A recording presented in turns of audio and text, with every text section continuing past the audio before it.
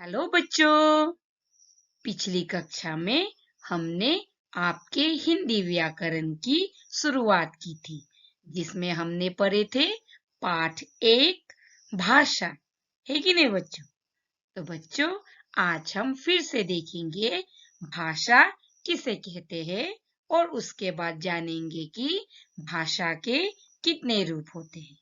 ठीक है बच्चों, आइए आगे चलते हैं। तो बच्चों, सबसे पहले फिर से और एक बार देख लेते हैं और पढ़ लेते हैं कि भाषा किसे कहते हैं। ठीक है बच्चों, आइए। बोल सुनकर या लिख पढ़कर अपने मन की बात, विचार, थिंकिंग या भाव यानी कि फीलिंग्स एक दूसरे को बताना भाषा कहलाता है। हाँ बच्चों, भाषा किसे कहते हैं? बोल सुनकर या लिख पढ़कर अपने मन की बात, विचार या भाव एक दूसरे को बताना भाषा कहलाता है। समझ गए बच्चों? तो चलिए आगे चलते हैं और देखते हैं कि भाषा के कितने रूप होते हैं। तो आइए बच्चों, देखते हैं भाषा के कितने रूप होते हैं। तो बच्चों, आपको तो देखकर पता ही चल गया होगा कि भाषा के 2 रूप होते हैं। कितने रूप होते हैं बच्चों? 2 रूप होते हैं। एक है मौखिक भाषा। हाँ बच्चों, पहला रूप है मौखिक भाषा। दूसरी है लिखित भाषा। कौन सी भाषा? लिखित भाषा। भाषा के 2 रूप होते हैं, मौखिक भाषा, लिखित भाषा। मौखिक भाषा यानी कि बोलकर और सुनकर समझना। ठीक है बच्चों, मौखिक भाषा यानी कि बोलकर और सुनकर समझना। और लिखित भाषा का मतलब होता है लिखकर और पढ़कर समझना। हाँ बच्चों, लिखित भाषा का मतलब होता है लिखकर और पढ़कर समझना। ठीक है बच्चों, तो हमने यहाँ पर क्या जाना? भाषा के 2 रूप होते हैं, मौखिक भाषा और लिखित भाषा।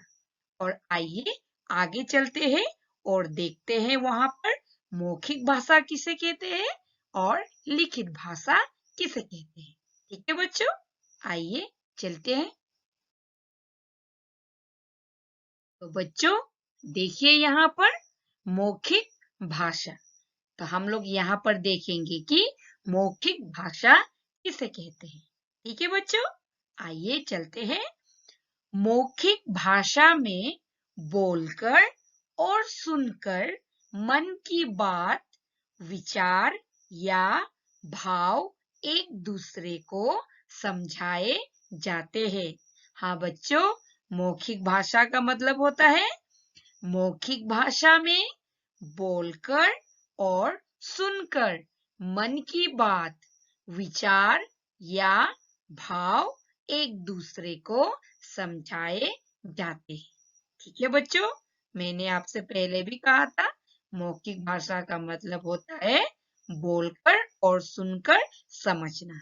ठीक है बच्चों, तो आइए आगे चलते हैं और देखते हैं लिखित भाषा किसे कहते हैं। तो आइए बच्चों, देखते हैं लिखित भाषा किसे कहते हैं। ठीक है, लिखित भाषा में लिखकर और पढ़कर बातों का आदान प्रदान होता है।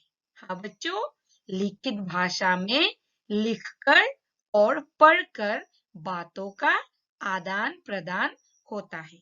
तो मैंने आपको पहले भी बताया था लिखित भाषा का मतलब होता है बच्चों कि लिखकर और पढ़कर अपनी बातों को समझाना ही लिखित भाषा कहा जाता है। ठीक है बच्चों, आइए आगे चलते हैं। तो बच्चों, देखिए इन दोनों चित्रों को ध्यान से देखिए बच्चों। पहला चित्र देखिए, इन दोनों एक दूसरे से बात कर रहे हैं, ठीक है ना बच्चों।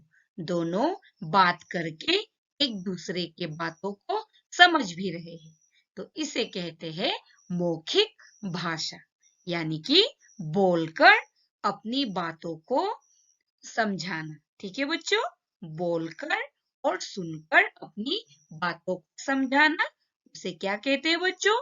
मौखिक भाषा। यहाँ देखिए बच्चों, दूसरे चित्र में देखिए, यहाँ पर अध्यापिका क्या कर रही है? अध्यापिका लिखकर बच्चों को समझा रही है। देखिए बच्चों, क्या कर रही है?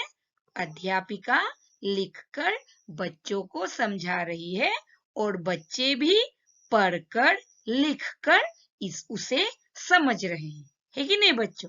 तो उसे कहते हैं लिखित भाषा। समझ गए बच्चों, मौखिक भाषा और लिखित भाषा। तो बच्चों आज के लिए इतना ही, मिलते हैं अगली वीडियो में। तब तक के लिए बाय बाय।